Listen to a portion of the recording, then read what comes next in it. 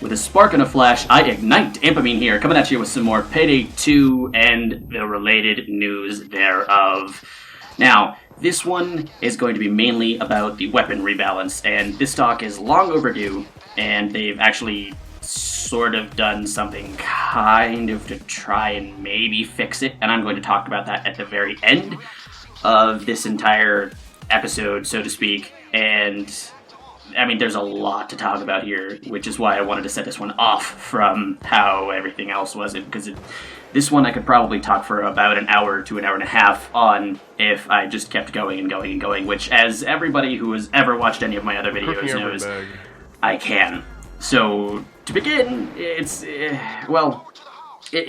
weapon rebalance was really amusing to see, because it was Overkill's attempt to try and balance things, and I will give them credit. I will give them credit for trying. You know, they get an A for effort in this case. Unfortunately, A for effort doesn't actually carry over into how effective it was. It was a rebalance in the sense that it was a zero-sum game. You know, they took something that was good from one and just kind of shifted it to another set and didn't really actually balance anything in the way that most people would think of an actual balancing patch balancing things. And as I'm sure that everybody who plays Payday 2 now knows, is the main problem is pistols are just amazing, absolutely amazing in every possible respect. Pistols got the biggest possible buff that they really could have without being big enough for their QA team to actually stop the developers and say, "Hey, guys, what are you actually doing? Are you just kind of draining the cocaine bucket, or are you actually trying to balance the guns?" The Desert Eagle was, for example, a gun that I enjoyed when the game first came out. It was really useful in the builds that I had when I was just a little wee lassie around like level 40 or so. And this was, way before Infamy had even come out. I was just playing things, and this is when grinding rats was really the only possible way you could ever get to level 100 legitimately. And it was nice when the game first came out, but it kind of gathered dust over time. It was surpassed by SMGs and shotguns. Basically, the locomotive, for the builds that I had, the locomotive just completely blew everything else out of the water. Which is as it should be, since I tended to play almost exclusively an Enforcer build, and Enforcer builds are built around effective shotgun use, you having high damage shotguns. And it was limited by the range fall off, which made a lot of sense, at least in terms of balance, because a pistol round can theoretically travel much farther. It's got much better ballistic profile than just a scatter shot of a shotgun would. So, that would make sense. It was, it made sense balance-wise. And some people argued that the locomotive was underpowered, some people argued the locomotive was overpowered, but I think at the very least that things were in a good place. You could still run a pistol build with a mastermind, I felt, before this patch, before the original rebalance patch, I should say, at this point. You could still run a mastermind build and be very, very effective with pistols. I know, because I actually ran some mastermind builds with the Strike. It's where I really learned to fall in love with the Strike automatic pistol. It's really, really nice when you use it the right way. And I absolutely love it, even still. But, yeah, it's... Even before the original weapon rebalance patch came out, I actually kind of tried to remodify the Desert Eagle pistol, because I had gotten the Gauge Courier pack, which it allowed me to stick a scope on it, which is something that I wanted since the very beginning of the game. It was really, really cool. I loved it. And so it wasn't bad, but again, with the setup that I usually ran, it was the ammo count was a little too tight for me. I tended to run out all too quickly. So it was all right. It would still be, very useful, much better in the hands of a mastermind. Now, however, the Desert Eagle is an unstoppable harbinger of death. It can one-shot, I believe, as it currently is, it can decked out with the way that I have it. It can pretty much, I believe, I haven't actually tried to test this. It can one-shot everything. outside of specials on Death Wish, and on Overkill it can one-shot anything but a bulldozer, and this is if you land headshots. And that's kind of ridiculous, because with the ammo pickup ratio, you pick up more ammo than you would normally spend if you only fire 1 or 2 shots to actually land a headshot. And with a scope, that's incredibly easy, because I have it modified for very high accuracy and pretty high stability. The concealment is awful, but I tend to play something like a heavy duty, so like an enforcer or a technician, so honestly concealability never really mattered to me all that much. It only matters as, it tends to go for everybody. It only matters when I'm doing stealth or if I'm running a sneaky bastard low blow build. So yeah, it's kind of ridiculous, because you can actually just clear entire rooms of people if you have a pretty good trigger finger and good accuracy. You can just completely clear a room of people with a single magazine for a secondary. It's a secondary that can clear rooms and not really be any the worse for wear in terms of ammo consumption. It's ridiculously good. And now the strike can lay down pretty much suppressive fire, basically. And it has such a high ammo pickup rate that if you use the extended magazine, it can kind of function as like a secondary LMG if you really want it to, because you can reload it incredibly quickly, which means that the time between actually like emptying your magazine and being able to start firing again is very low, especially if you're running a mastermind build. Because they have I believe it's Gunslinger that reduces the reload speed for all pistols, and if you can mod it for stability and accuracy, it's just an absolute beast. It's incredible, it's insane. And that's really, really, really, really bad in terms of balance, because again, they took something like shotguns that worked very, very effectively beforehand, and now pistols just rule the roost, hands down. And on top of that, as I said, it was sort of a zero-sum game. They nerfed the hell out of shotguns. And I'll talk about this a little more in-depth later on, but in the beta patches, they are evidently trying to sort of address this. And so, obviously, they knew that they screwed up with this. They knew that this was a horrible, horrible thing that they actually ended up doing. At least, if they didn't realize that themselves, they have the community who's just screaming. Because I love shotguns. I love shotguns so much. Again, I almost exclusively main enforcer builds.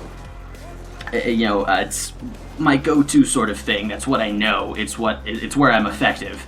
And again, shotguns are an important part of the enforcer's repertoire. There are a lot of skills that have to deal only or very, very, very, very, very significantly with shotguns and shotguns alone.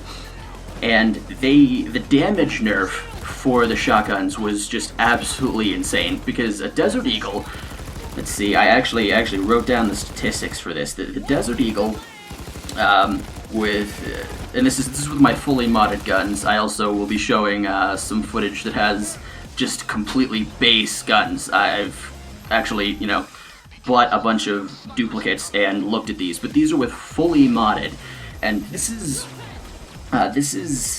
where I think the rebalance went really, really wrong. The Desert Eagle outshines the Locomotive in every single possible category, save for a stability difference of 8, and the Locomotive also has a much higher threat, because my Desert Eagle is silenced.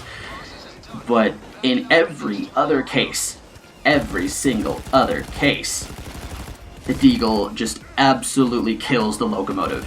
And again, this is with no skills, this is just base mods, and even without modifications, the Desert Eagle still wins in every single category that really matters.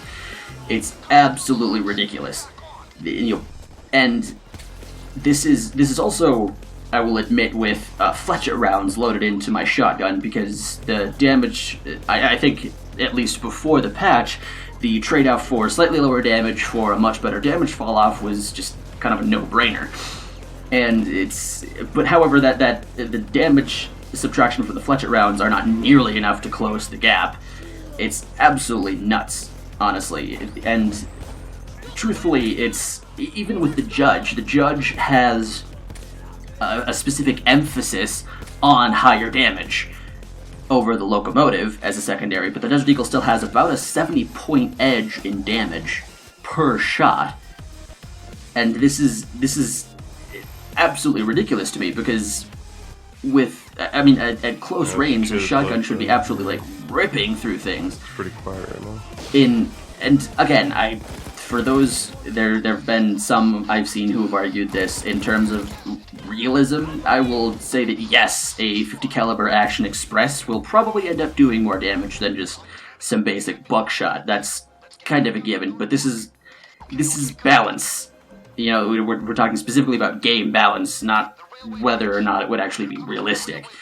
So, yeah, and honestly, even with fletchet rounds, that just lengthens the damage fall off, which, for shotguns, which as far as I understand, pistols don't even have. They have a maximum range, but they don't have a damage fall off.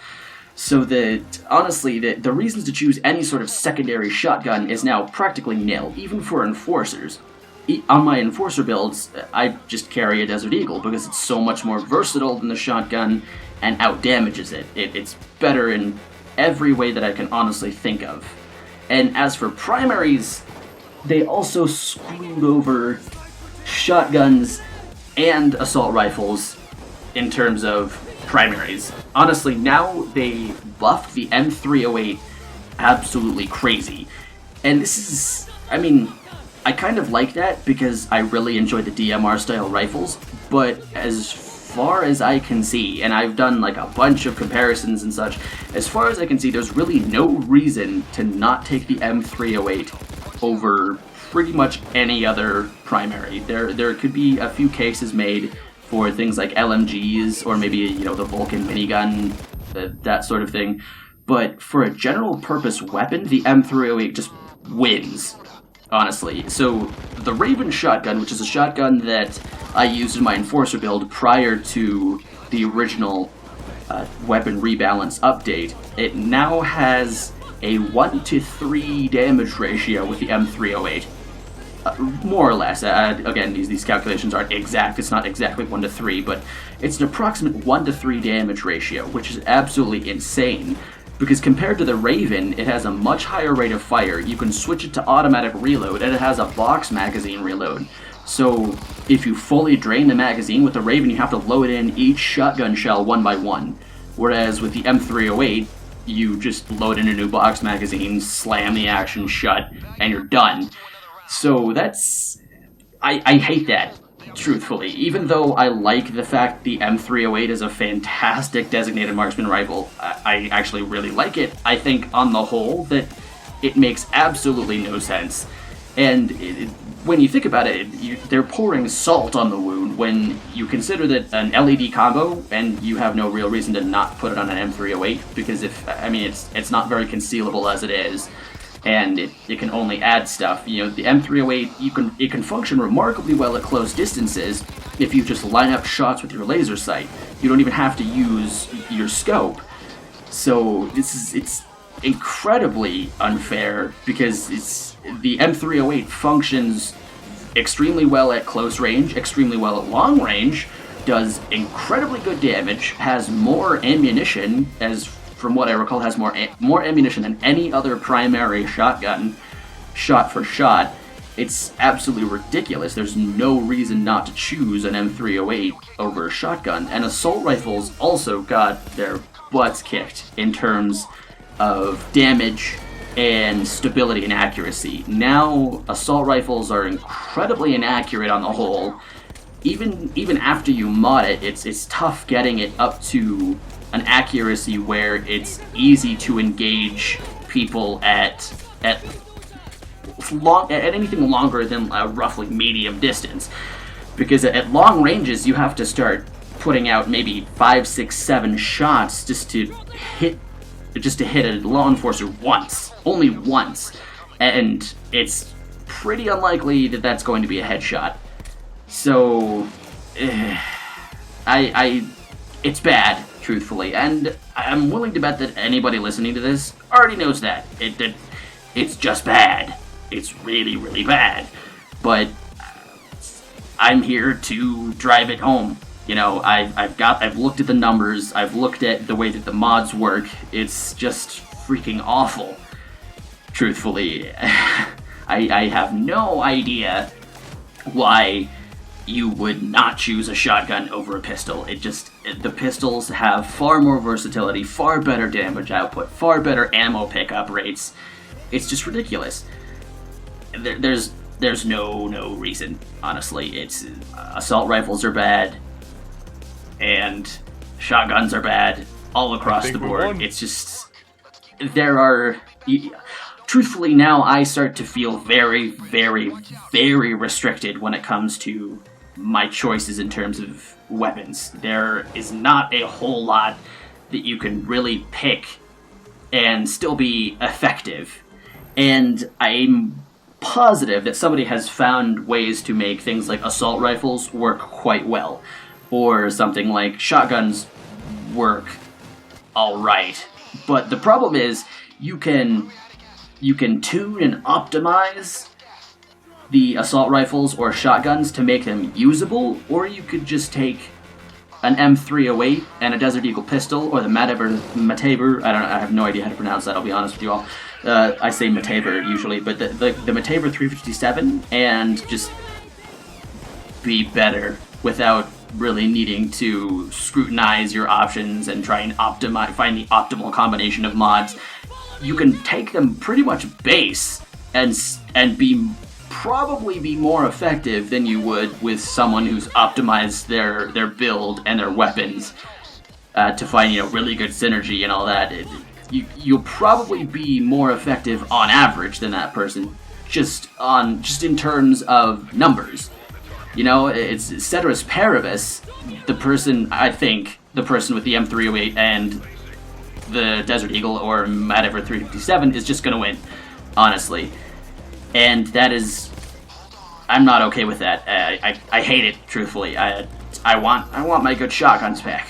And I actually logged on to Steam this morning and found out that they actually released an open beta update rather recently. It was yesterday, I believe, November 13th.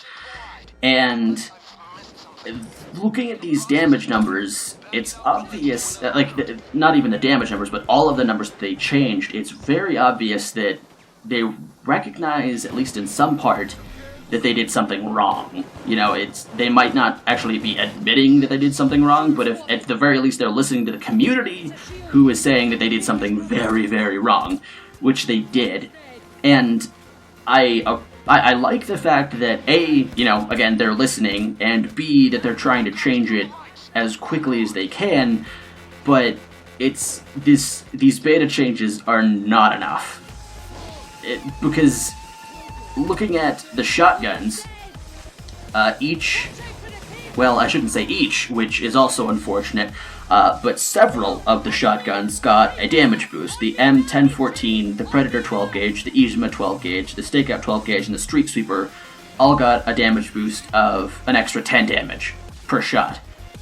But that's still absolutely ridiculous, in my opinion, because if you look at, say, the Predator 12 gauge, the damage in the beta weapon rebalance update has been increased from 30 damage to 40 damage. Alright, okay, it's a damage increase, which it sorely needs, but when you look at something, say, the Strike 18C pistol, that they nerfed in this same beta update, the Strike 18 pistol damage has been decreased from 38 to 35, so a single round of the Strike 18C pistol does about as much damage as a single shell from the Predator 12 gauge shotgun. Again, when you consider the fact that the Strike 18C pistol has much, much more ammo in reserve, has a much larger magazine, has a much faster reload time, has much better concealability, or just versatility in terms of accuracy and damage, depending on how it's modded, the fact that you can pretty much kill a dozer on Overkill or Death Wish with one magazine if you have enough stability and enough accuracy, it's absolutely ridiculous. The comparison from of shotgun to pistols is still there's no reason to take a shotgun. There still isn't. The damage just isn't there in comparison. 35 damage from a single round on the Strike 18 pistol, which has, I believe, default 120 or 140 rounds in reserve, compared to the Predator 12 gauge shotgun, which I believe now has somewhere around 30 or 40 shells in reserve. I honestly don't understand how they're doing the math here, because even with these small tweaks, it's not enough. The damage just isn't there. There's no case to be made for taking a shotgun over the other weapons, even with the nerfs. So it's a step in the right direction, but it's really, I don't think it's enough. Because let's look at the Bronco 44 revolver. Damage has been decreased from 190 to 175. The Matever 357 damage has been decreased from 195 to 180. 180. That's over 4 times the damage with a single shot. Within the damage fall off, the first damage fall off of a Predator 12 gauge shotgun, the Matever 357 can do over 4 times the damage at a much longer range with much better accuracy. That you don't have to get up close and personal. It's why I genuinely do not know what's going through their minds when they just look at these numbers. And to top it all off, they've changed the Gunslinger perk such that akimbo pistols, now each pistol receives a damage of 15 instead of a damage boost of 7.5. It used to be that it was just a singular boost, a damage boost of 15. It was split between the two pistols, so each round from your akimbo pistols would do an extra 7.5 damage. Now each round from akimbo pistols deals an extra 15 damage. They're continuing to buff the damage output from pistols, and they're giving these tiny, tiny, tiny boosts to shotguns and tiny, tiny, tiny nerfs to pistols. It's not enough. It needs to be more. Again, I have no idea what's going through their minds when it comes to balance, and it's a step in the right direction, but it's not enough. It is not enough. It needs to be a much, much bigger step. And I think pistols are in a very good place right now. I think pistols could use another small nerf, and just small nerf for pistols and a large upgrade for shotguns, because then they will actually be relevant. They'll actually be effective. You'll be having more options that are effective. And that is never a bad thing. More effective options. That's the best possible rebalance they could do, is where they have multiple options and all of them are more or less equally effective. I'm not telling them that they need perfect balance, because that's really, frankly, absolutely impossible to get in the real world. But I think that they could get to a very, very good point if they keep doing what they're doing when it comes to pistol nerfs. Not much, but just a small damage nerf to the pistols, and a massive upgrade to shotgun damage. I think it's absolutely necessary. Because again, 40 damage from a shotgun, point blank, with all of the restrictions that a shotgun has, is absolutely insane. Absolutely insane. And they also did upgrade the base accuracy of all assault rifles. They upgraded increased accuracy by 8. And that's something that I have not yet had a real chance to test. I think, again, it's a step in the right direction, but I'm not sure if it's enough. That's, again, I could keep going on. I have a bunch of data that I could read out and damage comparisons, but I'm pretty sure that people listening to that would either shoot themselves or immediately turn off the video, so I'm going to spare you all of that, and I'm going to end this by saying that, alright, one of the perk and the perk deck changes that they made is actually good. The Disturbing the Peace from the Muscle perk deck used to only trigger off of light machine guns, assault rifles, I believe, and submachine guns. And now the Panic effect has a chance to trigger off of all weapon types, which is something that I actually think is a very good change, because it actually makes the Muscle deck a little more interesting and a little more versatile than, okay, cool, I have a shit ton more health. Yay. And don't get me wrong, I loved the Muscle deck perk deck beforehand. I just think it loses out in many, many ways to things like the Grinder perk deck. The Grinder perk deck is very, very powerful in the right hands. And I think I think the Grinder deck is in a sort of good spot. Like, it's alright. I think that they could easily keep the Grinder perk deck at the power level that it already is, and I think they should bring up all of the other perk decks about to the level that the Grinder perk deck is now. And it seems to be like they're trying to maybe sort of do it, but I think they need to take much, much bigger, bolder steps than they have. Just because if they keep doing these small changes, the balance is going to continue to be frigging awful well into the future, and that's not a good thing, because it's kind of frustrating. A lot of the weapon choices right now are very restrictive, and it makes things kind of boring.